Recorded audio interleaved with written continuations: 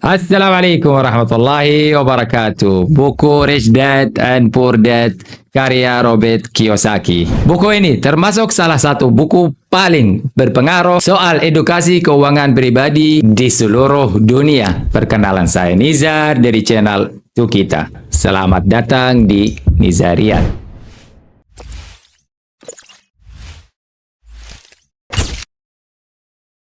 Sejak pertama kali keluar pada tahun 1997, buku ini nggak berhenti menginspirasi jutaan orang buat ubah cara pandang mereka tentang uang, kerja, dan investasi. Robert Kiyosaki itu orang Amerika yang sukses jadi pembisnis, investor, penulis, dan motivator. Dia lahir tahun 8 April 1947 dan besar di Hawaii. Masa kecilnya enggak mewah banget, malah sebaliknya.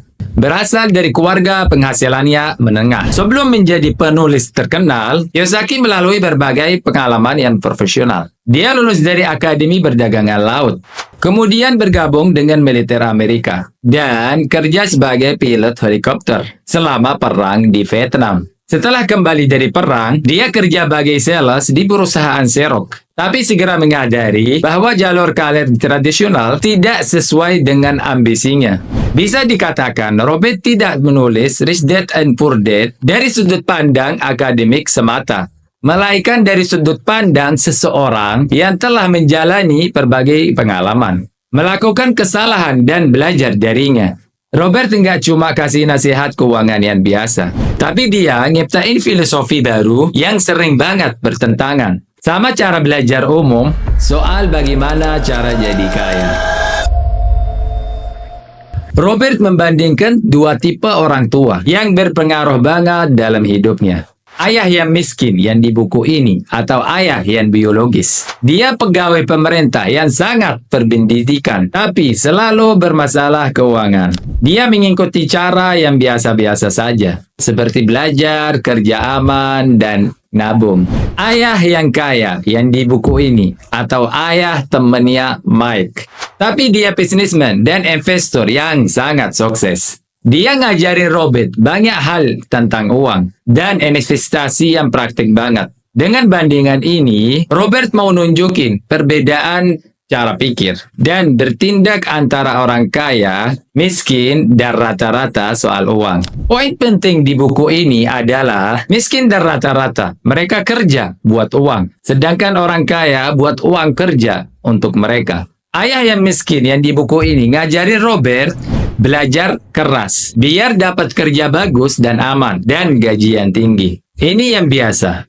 Kerja keras biar dapat uang. Tapi ayah yang kaya bilang ke dia supaya mikir, gimana uang yang ada bisa tambah dan berkembang. Fokus sama aset yang bisa tetap dapat income, bukan cuma gaji doang. Pentingnya pendidikan tentang uang. Robert bilang, sekolah nggak pernah ngajarin kita soal uang. Kita belajar baca, tulis, matematika, tapi nggak belajar bagaimana ngatur uang, investasi, atau baca laporan keuangan.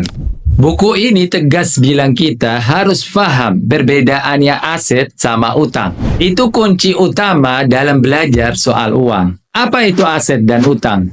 Aset adalah yang bikin uang masuk kantong, seperti rumah disewain atau saham atau bisnis sendiri. Sedangkan utang adalah yang keluar dari kantong kita, seperti rumah yang dipakai sendiri atau yang punya cicilan mobil dan yang lain-lain. Orang miskin dan rata-rata punya banyak utang. Yang pikir itu aset adalah rumah yang ditinggalin. Padahal kalau nggak bikin uang tambahan, itu lebih ke utang. Sedangkan orang kaya fokus bikin aset yang bisa kasih uang masuk. Fokus sama diri sendiri. Buku ini ngajarin buat punya bisnis atau bangun aset sendiri walau kerja di kantor. Banyak orang yang cuma fokus sama kerja mereka saja. Padahal mereka punya sedikit banget aset di luar kerjaan. Orang kaya sarangin invest di aset yang bisa dapetin penghasilan pasif meski mulai dari yang kecil dulu. Robert menjelasin bagaimana orang kaya pakai perusahaan buat ngelindungin aset dan ngurangin bayar pajak. Orang biasa bayar pajak dulu, baru nafkahin apa yang tinggal.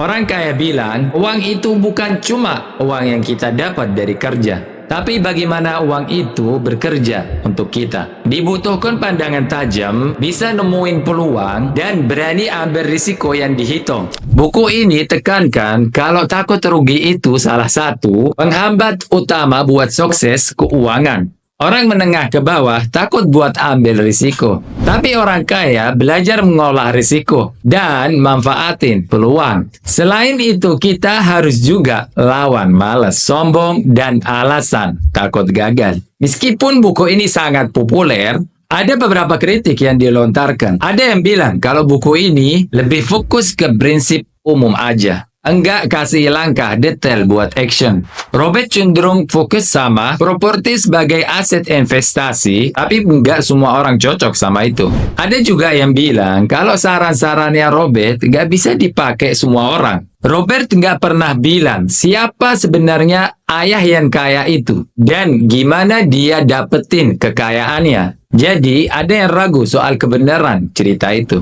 Buat siapa buku ini? Buku ini cocok banget buat siapa aja yang mau. Ini bisa merubah cara pikir soal kekayaan dan keuangan. Dan bisa memahami dasar-dasar pendidikan keuangan. Dan bisa keluar dari jebakan balapan tikus, yaitu lingkaran kerja keras cuma buat bayar kebutuhan. Bisa mengenali konsep aset dan utang. Dan juga motivasi diri buat investasi atau bangun aset sendiri. Sebagai ringkasan Rich Dad dan Poor Dad, bukan panduan investasi langkah demi langkah, tapi lebih ke ngajak buat ubah mindset keuangan. Buku ini ngajarin membaca supaya mikir berbeda soal uang, berhenti bergantung sama kerjaan aja sebagai sumber penghasilan, dan mulai bangun aset yang bisa dapetin passive income. Dengan begitu, akhirnya mereka bisa capai kebebasan keuangan. Jadi, bagaimana menurut kalian tentang buku ini? Tulis di kolom komentar, jangan lupa like dan share dan subscribe. Bersama kalian lagi, Nizar dari channel Tukita di Nizariat. Salam.